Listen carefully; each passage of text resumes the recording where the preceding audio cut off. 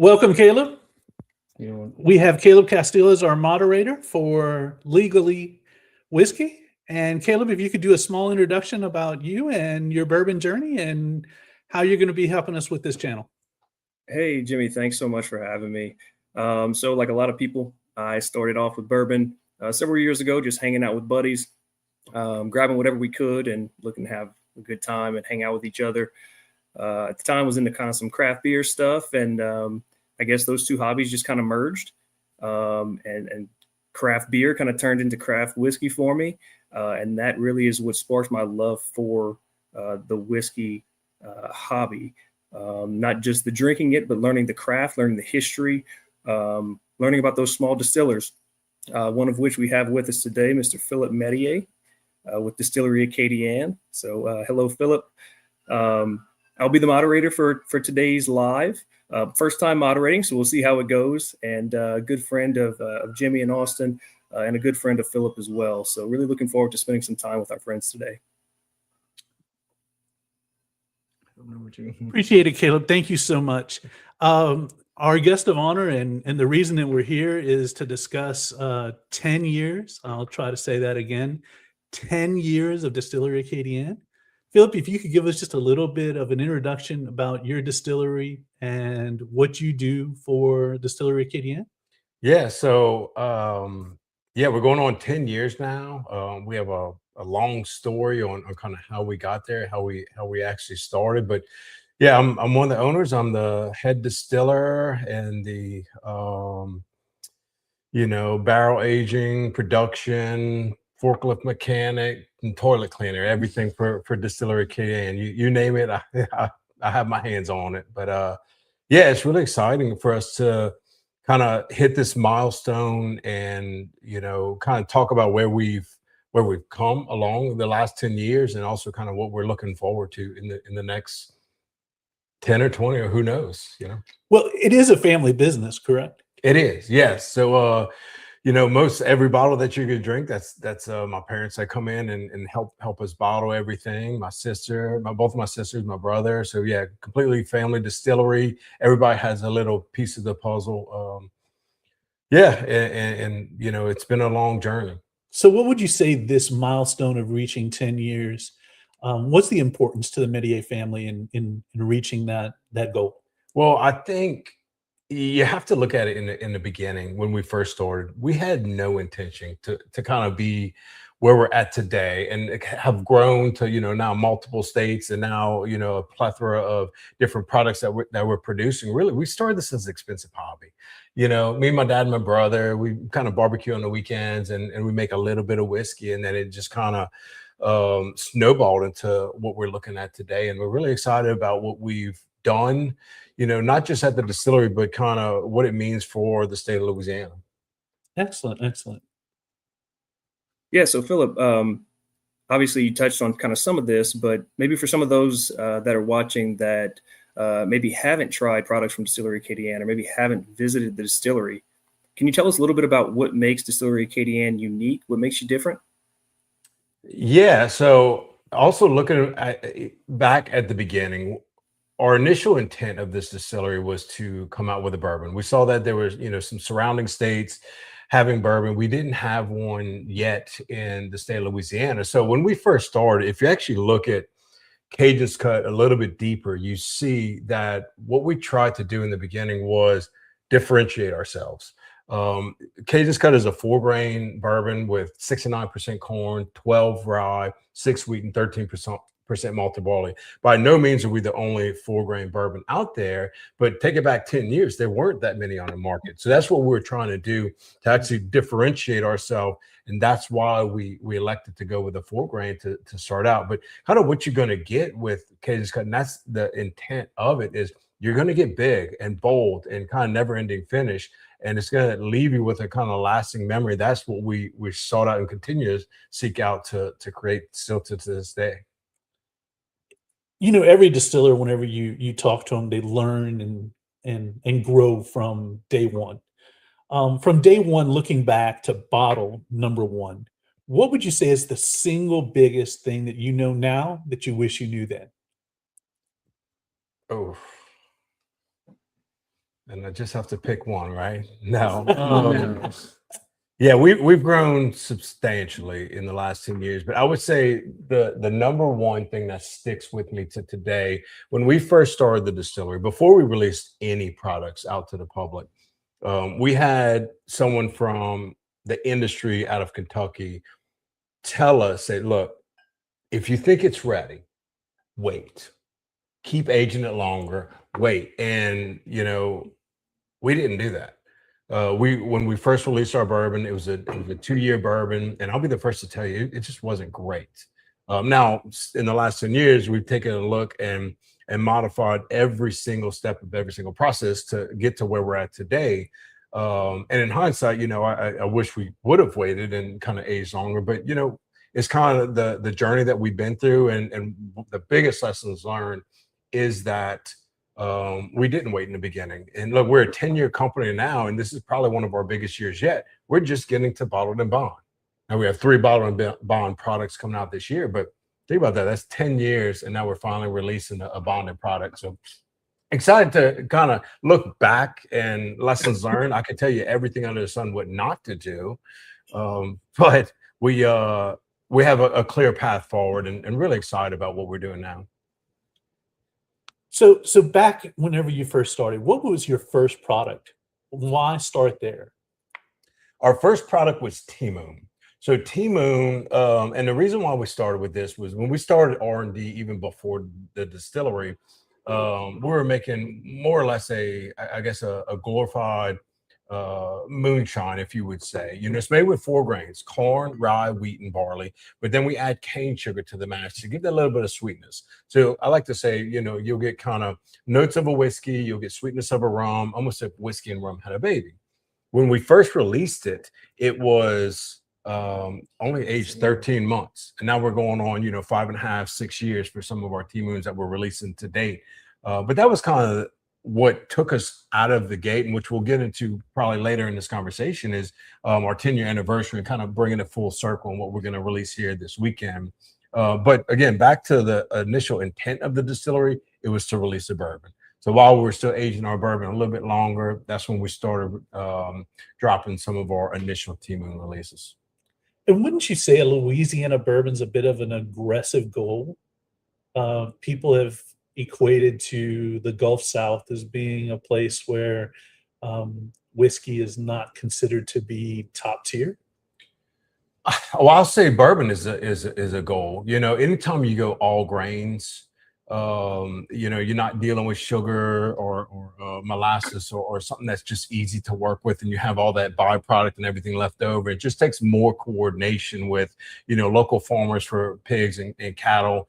But it's really just dealing with the grains. I mean, our small distillery, maybe small, but we're running through 80,000 pounds of grain in that small facility. It's sometimes a bit of a Tetris game trying to fit those grains. I mean, we're in need of silos at this point, but yeah, we knew it was kind of a more or less an uphill battle and a learning curve, but we knew that was the path that we wanted to take. Is there anybody that pushed you to do this, or was just something that you wanted to do?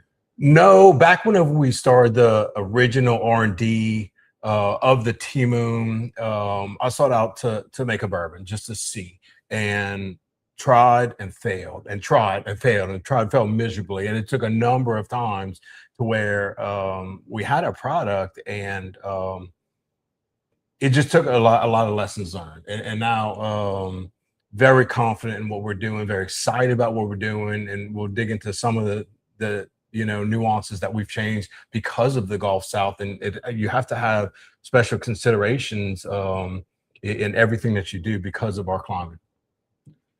Going back to the Gulf South, there's been quite a few extremely successful distilleries like yourself.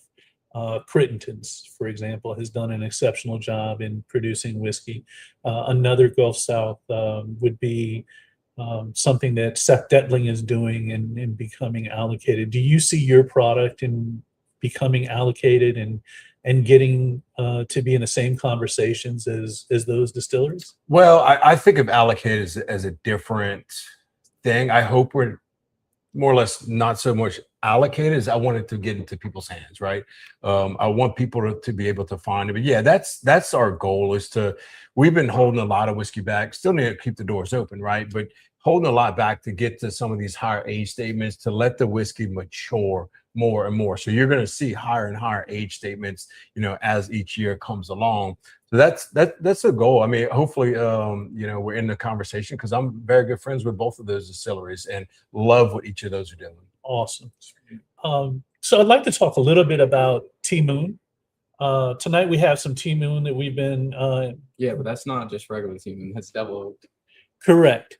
So this was your original T Moon product that you took, which is really unique. It's not a whiskey. It's not a rum.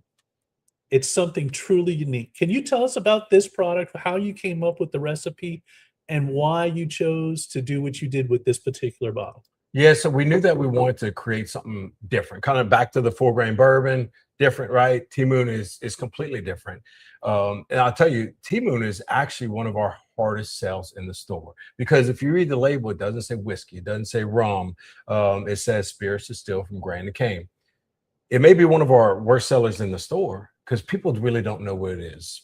And it's more of a hand sell, but it's our best seller at the distillery because I get to tell you the story of it. We stand behind everything that we make. So, man, try before you buy it. The last thing that we want you to do is buy one of our bottles and it's just not for you. That's why you off from all the other products. Exactly. You taste through our entire lineup and everyone's going to taste completely different. And that's by design. But so that's what we're going after, to have something just a little bit not so much sweeter, but just easier for kind of the masses. We've had people in the distillery say, "Oh, well, I don't drink whiskey." I said, "Great, it's not whiskey. Give it a try." And they taste it like, "Wow, I think I like this. I think I'm into this." So that was the intent: is to come out with something that's just truly unique. Don't know of anyone really doing it other than us. But so you never tried anybody else's whiskey that they put sugar cane in? Not with grains and cane sugar. Okay. I have not. No. If whiskey and rum had a baby, love it, love it, love it. Philip, you spoke a little bit about some of the different challenges and things that you faced, and spoke of the learning curve that you had to work through to make it to that 10-year milestone and to continue. What are some things that you think most people may be surprised to learn about what it truly takes to run a grain to glass distillery?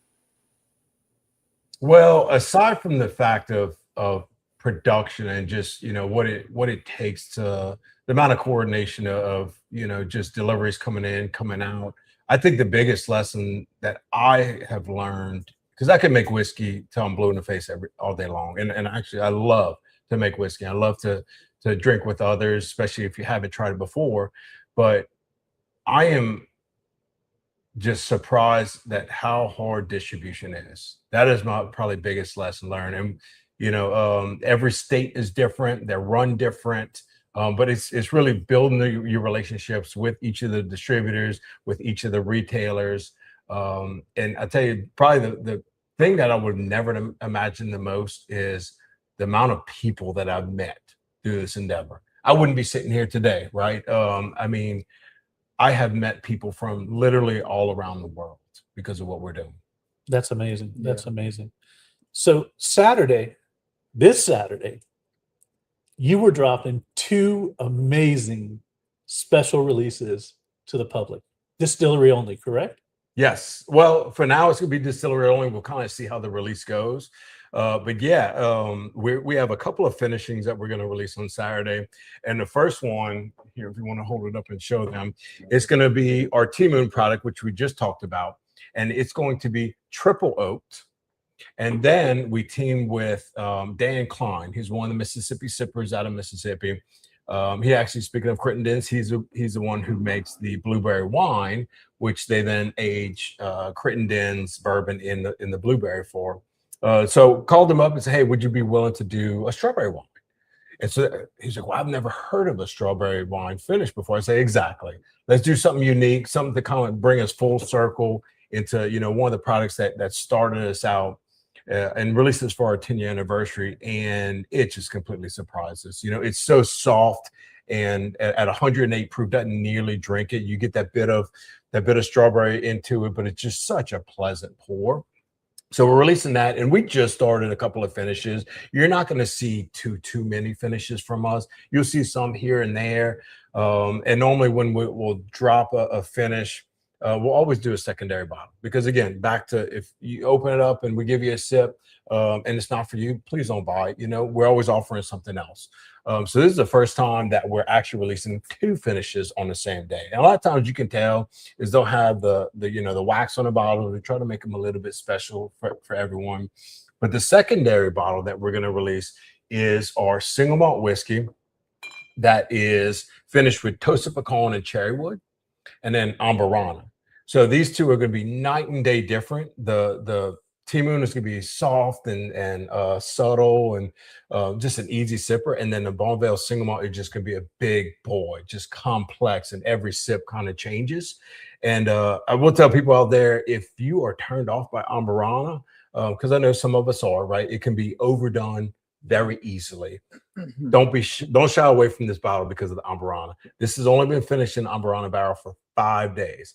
That's the thing with some of these finishes. You know, you ask certain distillers or other people, how long did you finish it for? And really, there is no definitive answer. It's all kind of, what size barrels you going in, what's the product you're putting it in, what's the environment? Is it going to be down here in the Gulf South, or is it going to be up north? Are you putting it in, in the wintertime or the summertime? So there's so many factors that go into it.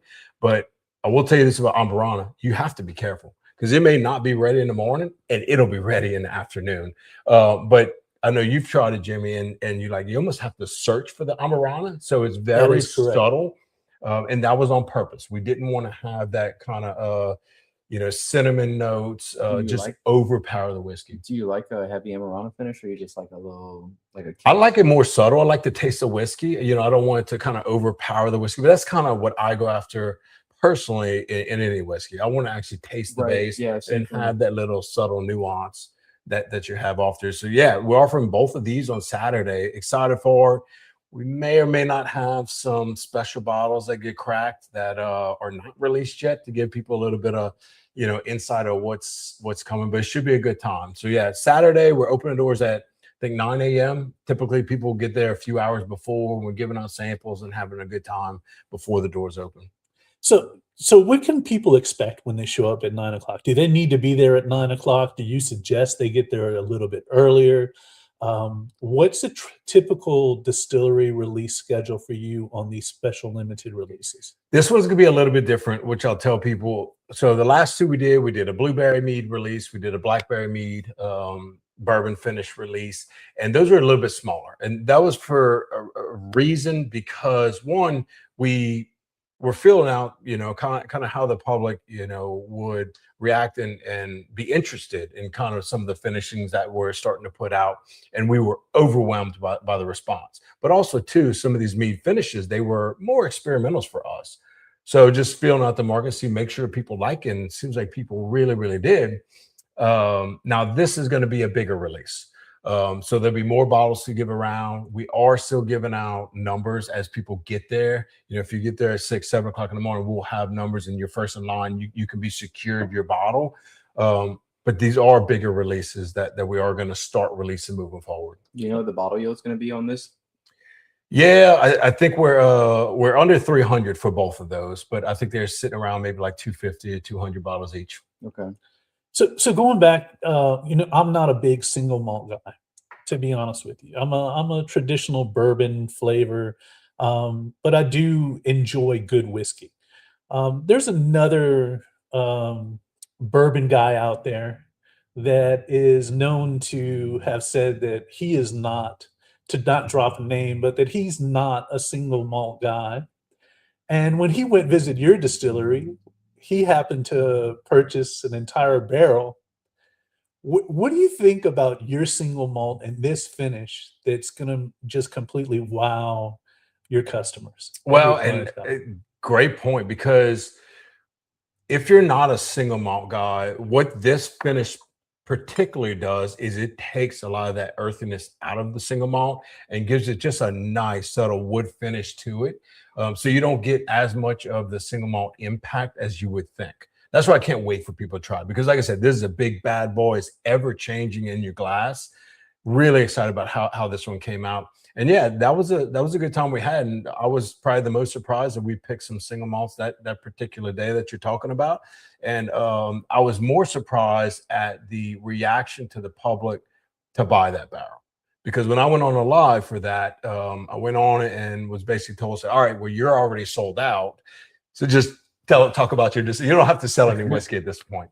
So yeah, the impact was good. And what I will tell people is that I hate if I disappoint you, but I love that you all love the single malt, but it's out of production. And we will most likely be completely out of single malt by the end of this year, and completely focus on bourbons and rye whiskeys. Now you may see some single malts come back in our experimental series, but for the most part, the everyday single malt's going to be out. Well, for our single malt lovers, that's actually a double-edged sword. You can get it now, but you won't get it in the future. Yep. So if you get a chance to stock up, is there going to be any limits? I know in my local Facebook group there was some chatter about limits. Can you tell us about that? No, we don't put on any limits on any of them, even the smaller releases that we did. The only thing that we did tell people once we opened the door, said, look, just be respectful. There's a lot of people here. There's a limited number of bottles. Don't be that guy.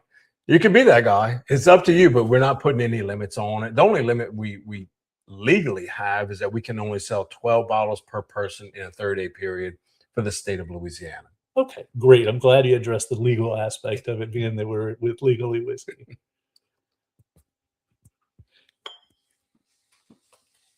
Hey, Phil, thanks so much for that. You kind of touched on it a bit, but can you maybe give us some of your tasting notes on these individual products? You told us a little bit about the finishes and that they are maybe a little bit subtle for the Amberana. Talk to us about that Timu. Yeah, so the Timu, that was an interesting one. As soon as it went into the strawberry barrel, I tell you, we were tasting it as it goes, and it completely matured as it continued to age. And then towards the end of it, we knew it was absolutely ready. Then we took it and went around the table for quite some time to look at proof. So normally we like to, release higher proofs, but for this specific strawberry T-Moon, it came out the barrel at 116. And we tried it all the different proofs, lower and higher, and 108 hit it on the head. The strawberry came through. Like I said, doesn't nearly drink the proof. It's just such a good pour. I've had people tell me, and I think it's so myself, this might be one of the best finishes that we've done so far. The subtleness of the T-Moon base itself being triple oak, giving you some of that oak impact, along with the, kind of the sweetness of the strawberry. When you say 108, did you water it down or? Yeah, we watered it down. Exactly. And we don't do that too often, but once we saw that and noticed, and I'll say the exact opposite for the single malt. We tried proofing it every which way, and it was by far the best, coming straight out the barrel at 125.3. Oh, that's really good. So you get that proof, if you're kind of that higher proof guy, we got it for you. And like I said, this was bigger and bolder. It's going to be complex. You're going to have to, I don't want to say search for flavors coming out. It's going to be all in your face, but in such a good way. That cherry wood really comes through, the pecan wood. The Amberana, you do have to search for a little bit, but you get a little bit of that cinnamon kind of in the mid palate. Very nice. It's going to be a great day this weekend. I will say these special releases are truly special. So I've got the bottles from the most recent special release. I'm not sure if they're going to show up here. So I've got the Double Oak T-Moon here, and I've got the Blackberry Mead finish. And so for those of us that maybe find ourselves there on Saturday and we're limited for some reason, we can only grab one bottle. What's the cleanest way to make that choice? Taste for yourself. Don't listen to anybody else. Don't listen to, because you see that all day long where, I know we've all been through this. We've seen someone made a comment somewhere on any distiller. Say, oh, I really don't like that. And you're looking and thinking in your own head, I actually really like that. So trust your own palate, taste them and go with your own palate, and you're going to know, what's the best choice for you. Well, we've talked about the special release. Yeah, that's so good. And, we really look forward to Saturday. Now I want to talk to you a little bit about your distilling philosophy. things that make Distillery Acadian a little bit different from everyone else. So what are you trying to achieve in every bottle that you release now? Well, obviously, if you've been to a distillery, and kind of seen our releases, we're not quantity. We're more completely focused on the quality of it. And like I said, from the initial bourbons that we released in the beginning, from where we're at now, and truly proud of that, but also a lot of changes that we made and tasting through the barrels about what's about to come out. I can't wait for people to taste this moving forward. But what we truly try to achieve is we want it to be big and bold and in your face, and kind of just a memory that sticks in your head. We're not trying to make a bourbon out of Kentucky. We're trying to differentiate ourselves and truly have a bourbon that the state of Louisiana and the Gulf South can be proud of. So you mean like a different flavor profile, or it's just like there's something that you can call your own for Louisiana? Yeah, I mean, you're going to obviously taste that it's a different profile, but you're going to see that it's some of these, especially our cast strengths, that the finish is just, it keeps going and going, and then as you let it sit in your glass, as you let it open up, it's going to be ever changing as well. So we discussed earlier about the differences of, Louisiana bourbon, and how is it that you embrace the Louisiana heat, being here in the deep South, versus something that's aged in, say, Kentucky or Scotland? What would you say that environment change has taught you with your approach to aging? That's been a long process. So I won't call him out by name, but had a great conversation with a distiller years back, and released some 10-gallon barrel cages cut, single barrel cast strengths. Had really raving reviews on it, and got to talking with this individual. I said, man, this is one of the best bourbons that I've had in a small 10-gallon barrel, but stop doing that. And that's what it taught me. I actually tried to more or less, let's say, buck the system in the beginning, to say, they say it has to be aged in a big barrel.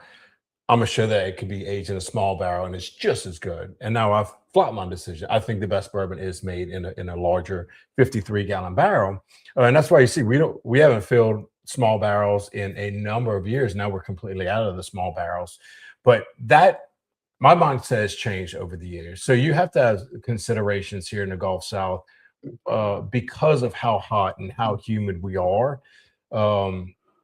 And we made actually a pretty massive change over the last several years, and that juice is even yet to be released, where we dropped our barrel entry proof. We used to go in at 124, so bourbon has to be under 125. Well, we dropped it a few years ago to 115. So yes, we pay more in barrels because that's more barrels that we have to fill and store and age. But what we're seeing is it's more palatable. It's less of an oak impact that you're getting. You're getting more sweeter kind of flavors coming out from the wood rather than so many tannins from the smaller barrels. And that was a big change that we made. And Is there an angel share difference? oh, absolutely. Yeah. And now we're still yet to get to some of these, but I know a 8-year has been released last week in the Gulf South, and I was able to taste that and saw that how much evaporation that 8-year barrel had. And that's a great point. I mean, that's one thing, and I know many people have talked about it, is stop paying attention to age statements. Pay attention to what's happening, where you aging, and what size barrels, and these different things. Because I did an event years back, and one gentleman told me, "Oh, I don't drink anything less than 10 years." I said, "Well, then you don't drink anything from the Gulf South, because barely gonna be anything left in that barrel, and the price is gonna be drastically high, most likely. But also it's gonna be, I don't want to say over oak, because some of us are getting towards that, some of these age statements, and we'll see kind of what that means. But yeah, the evaporation is double of what you're getting at some of the states up north. So now I'd like to talk a little bit about your Bottle and Bond series. So on my Facebook page, I posted the TTB labels of 3 products that you're going to be launching very soon. All 3 Bottle and Bond. We all know that Bottle and Bond has a certain quality that's expected of that particular whiskey. We know the requirements for it to meet bottling bond. What made you decide to step up to that next level? It's been a long time coming, and I knew that, once we made that the bigger jump to the larger barrels, that and seeing kind of where the whiskey went, that it was matured enough to hold that name. Because yes, you're right, bottled and bond is in a lot of our minds the highest standard that a bourbon can be, right? And the things that everybody knows, yes, is 100 proof, minimum 4 years, but there's a lot more that goes into that makes a bottle and bond. So for us to get to that and not only release a bottle and bond product, but release 3 this year, and so excited for those of you who have tasted Cajun's Cup, but also taste the new wheated bourbon bonded that we have, as well as the rye whiskey. They're a game changer. The rye whiskey is by far my favorite distillate coming off of the still, aside from the experimental series. And the aged product, it stands up for itself. It's so. You looking forward to that? So also? Oh yeah, I'm looking forward to that. How many barrels do you have of the rye whiskey, or did you just make like a couple barrels of it? We have a good amount, so we've been putting them down for 4 years now, and now it's finally coming out, and that's kind of one thing that I want to touch on. Like we tried a barrel the other day with a group, and they tasted a barrel that is exceptional, and they really wanted to release it. But going back to what we said before, so I am done releasing bourbon that's too young. And this was only a 2-year barrel. It was exceptional. But knowing, hey, let's not make that same mistake again. Once we get to bonded, you're either going to see a kind of everyday shelf or bottle and bond on the shelf, or it's going to be a single barrel cask strength, if not something from the experimental line.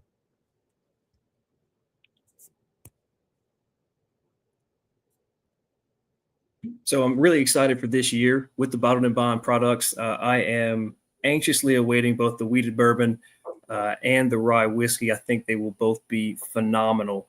But I do want to pivot back just a bit to get to the stars of the show for this weekend's release. We have 2 very different mash bills on the whiskey side. Obviously, 100% malted barley on the Bon Vale, and you've disclosed the unique recipe for Cajun's Cut as well. Talk to us about your process as a distiller, what you're tasting, what you're looking for from really when it first comes off the still to through fermentation, and how often are you tasting them in the barrel? Yeah, so I know more or less as soon as we're in the mashing stages, I'm seeing what each individual mash is doing, and then seeing that translate into the distillate after. Like I said, probably the rye distillate is my favorite out of the bunch, but I automatically know once that distillate comes out. Some of these experimentals have absolutely blown me away, but I'll even mark some of these core lines as the distillate's coming off the still. I'll mark these barrels, and just because I know what happened beforehand during the mash and fermentation, and then the distillation process, that this is a different breed. And just knowing that I can always go back in my spreadsheets and to the barrel and say, okay, I had marked this off for a certain reason. Why did I? And then I taste those barrels, and sure enough, those are always single barrel worthy type barrels. Have you ever done like anything where so the barrels come straight out of the still? You put like 1, 2, 3, 4, 5, and then whenever you go to distill like another batch, you do 1, 2, 3, 4, and 5, and you notice that there's a difference in there might always number 5 is better than number 4 or anything like that. Have you ever tried to do that kind of experiment? Not so much with that. Now, and I will say aging is a crazy process where sometimes you just don't know. You got sister barrels that have been right next to each other, barreled on the same day, and they are night and day different.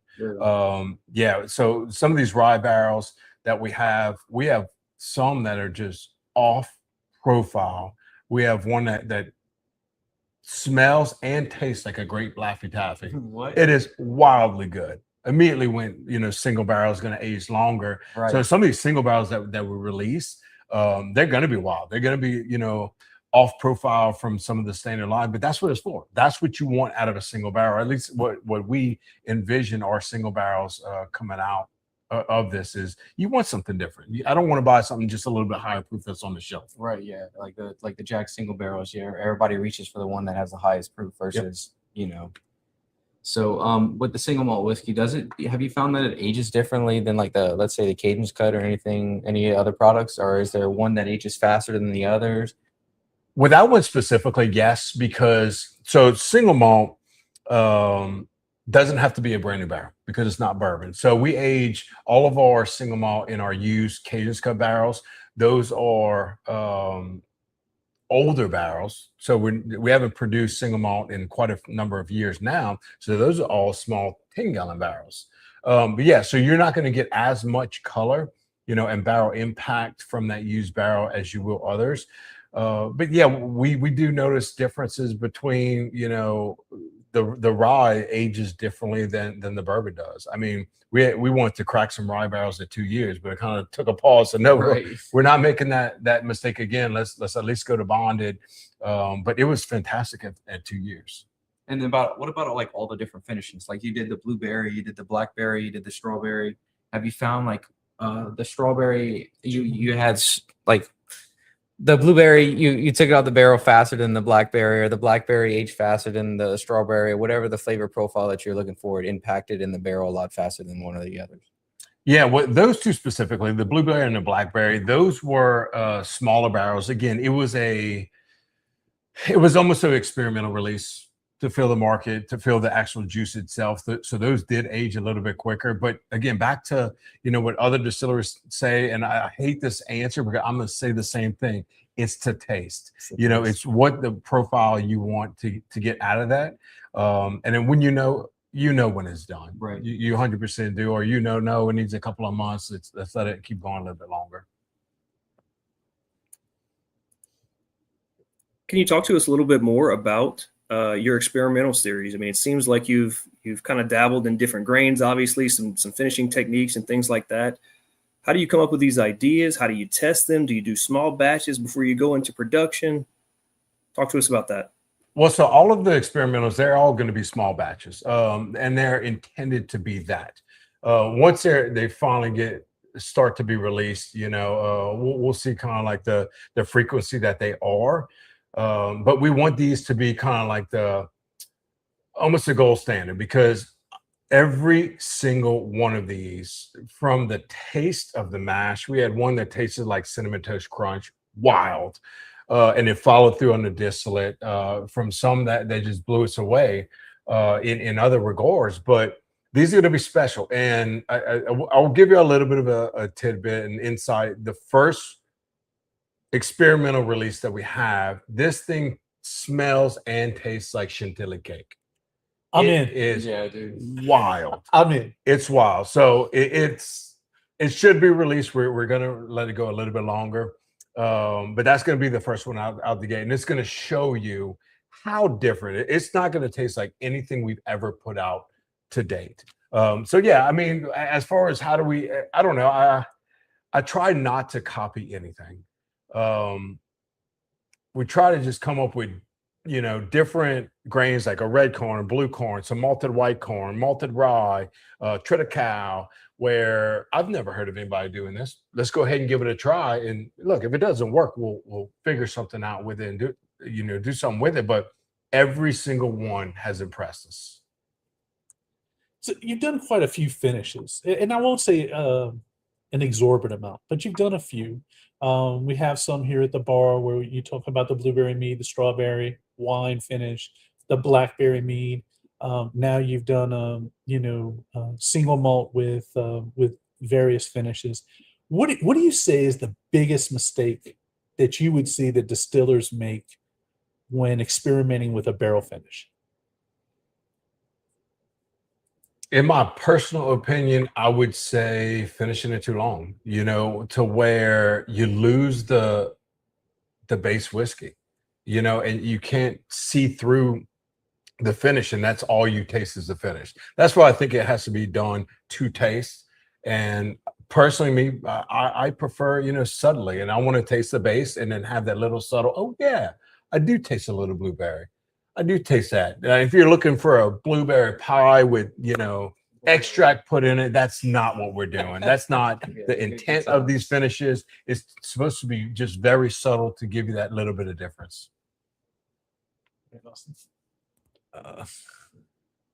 And then once you put the whiskey in like barrels and stuff, is there like a certain like test that you do before you just put the whiskey in the barrels? Do you like soak the outside with water?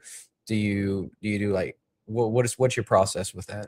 It depends on the barrels. I'll tell you, we started getting some barrels out of Kelvin Cooperage, and that's predominantly what we're looking at is a char 3 medium toast. Depending, when the barrels come in, if they're fresh off the truck, they're just getting filled directly. If they've been maybe sitting for a little bit, we made bird bath them, which means you can put them on their head and you can fill the top with water, and it'll kind of rehydrate that barrel to allow it to seal up. So that just depends. But other than that, no water, no anything goes inside that barrel other than the distillate. Other than the distillate. Okay, so I know you had talked about like that chantilly cake, and that's gonna be your first release on the experimental. Is there any other one that you're more excited about to release, or is that something More excited about the experimentals? Yeah. I can't say every one, but we did so this is going to be a whiskey. So experimentals are either going to be a whiskey or a bourbon. Everyone's going to be different. We did a whiskey with 70% triticale. So triticale is going to be your hybrid grain between rye and wheat. So rye brings on spice, Right. wheat brings on mellowness, a little bit of earth tones to it. This is the one that the mash tasted like cinnamon toast crunch. Oh, really? It was so wild that it did follow through on the distillate. I had someone try to write their name on the barrel the other day, but it really is that good. Wow. I think that barrel's only a year and a half old. That's crazy. So it doesn't have our name on it yet? It does not.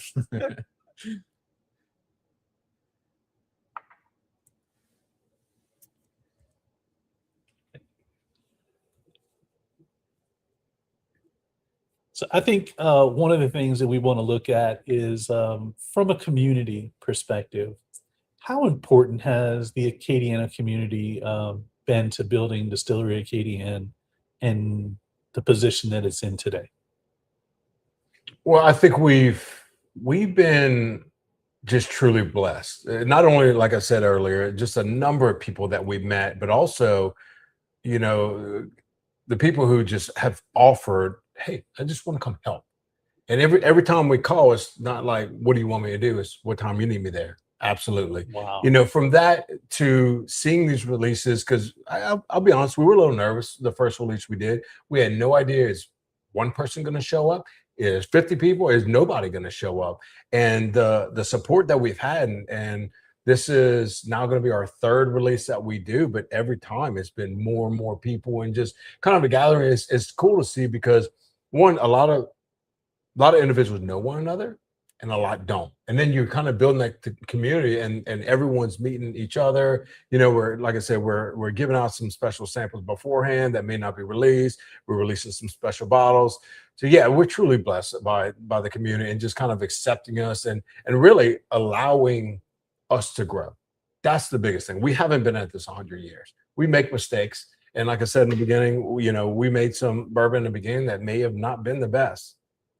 It was not the best by any standpoint, but allowing us to grow. And, that's what I say with any craft distillery is, because we haven't been at it for so long, is, look, if you don't like a craft distillery in the very beginning, go back to them, give them a couple of years. Yeah. Or let just let them the bottle evolve. open up.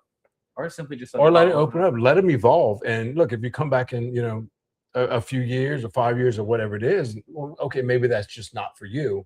But let them evolve. They're still figuring things out. And I know we have, we made a lot of mistakes in the beginning.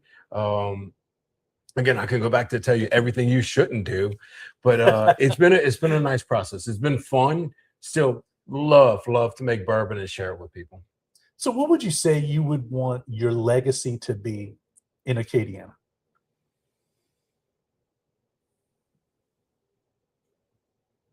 I would say really just a bourbon that, or not even a bourbon, just a whiskey that the state can stand behind and call our own. that was the initial intent of this distillery. And I think just the support that we have and knowing what we put out, what we're about to. But yeah, going back to looking and saying, yeah, that's made here in Louisiana. That's an amazing legacy. Thank you for doing that for us. So what is what is your flavor profile that you were trying to achieve with like your rye and then like your bourbon barrels? Like from somebody who likes Wild Turkey and Old Forester, Jack Daniels, even though I know you're not a fan of Jack Daniels. So I know that your rye is going to taste completely different of a typical Jack Daniels barrel proof rye or something. Or I don't know what's your opinion on Old Forester's barrel strength rye or. Oh, I love it. But rye's a great story. So years ago, I had a good friend of mine come to me and said, "Hey, Philip, are you ever going to make a rye whiskey?" And I was like, I don't like rye whiskey. I don't think so. And he works for, someone in the industry and told me, and he humbled me because he said, "Look, Philip, we started doing a lot better as a company when we started listening to our customers." Basically said, "Shut up and start making it rye." And so, but it was good. I mean, so he's the one, he said, "Look, you're not drinking good rye. Let me send you some bottles." And what it did, it made me dive all in. But what it told me was I specifically, kind of going back to Cage's Cut, and something's different. It's a 4-grain. I didn't want to have your typical 95.5, just a high spice rye. Right. So if you look at our mash bill, it's 67% rye, but we have 20% Louisiana corn in it. And then 13% malted barley. So it's just such a different profile than you're not going to get a big spice ball coming out of our rye. And I think that's why it's so good. Is there a reason why you use Louisiana corn out of anybody else's corn? Or Well, we use Louisiana corn for everything. So yeah, I pull directly out of our farmer silo, and he loads up all of our bins. And it's just such a clean corn. Caleb, if you wouldn't mind, Right. Philip has agreed to answer some questions that have been posted on YouTube from some of the listeners that are on.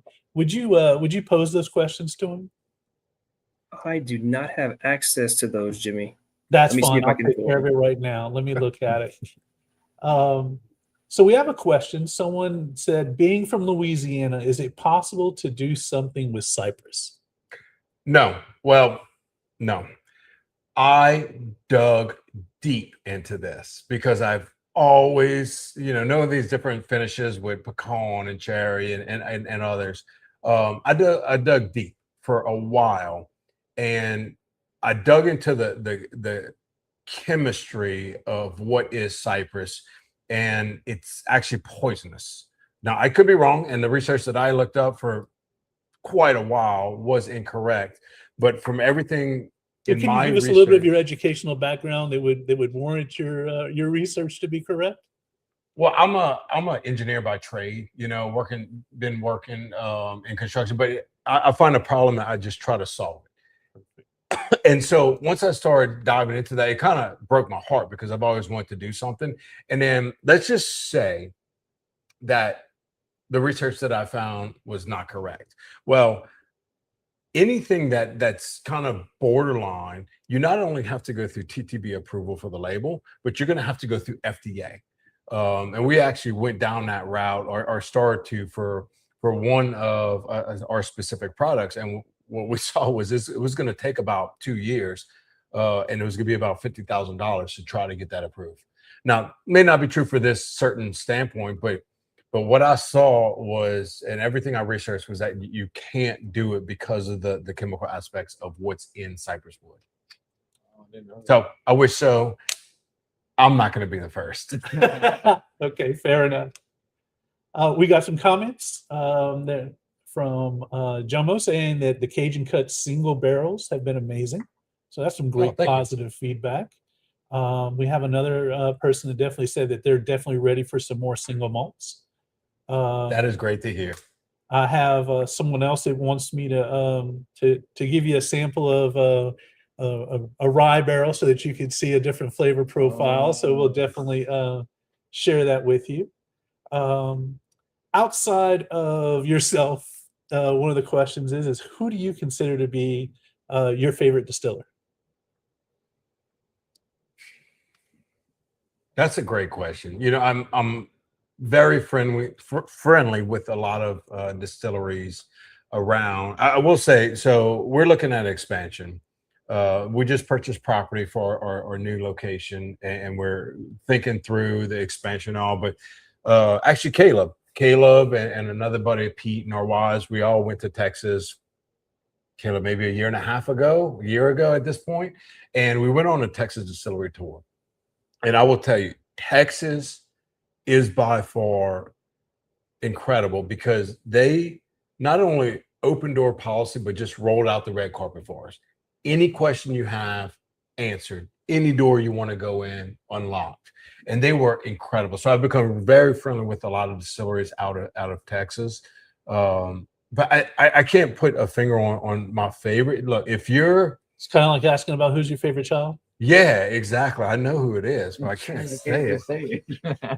No, but if you're if you're making it yourself, if you're, I don't want to say, sourcing versus not, but if you're blood, sweat, and tears, kind of like we are, you have all of my respect because I know what it takes to make something in that bottle. Awesome. Someone else asked, will there be any single barrel Cajun cuts available Saturday? We do have some single barrels of Cajuns cut at the distillery. I know we all kind of like some of this double oak T-Moon as well. I think we only have like 6 or 7 bottles left of that.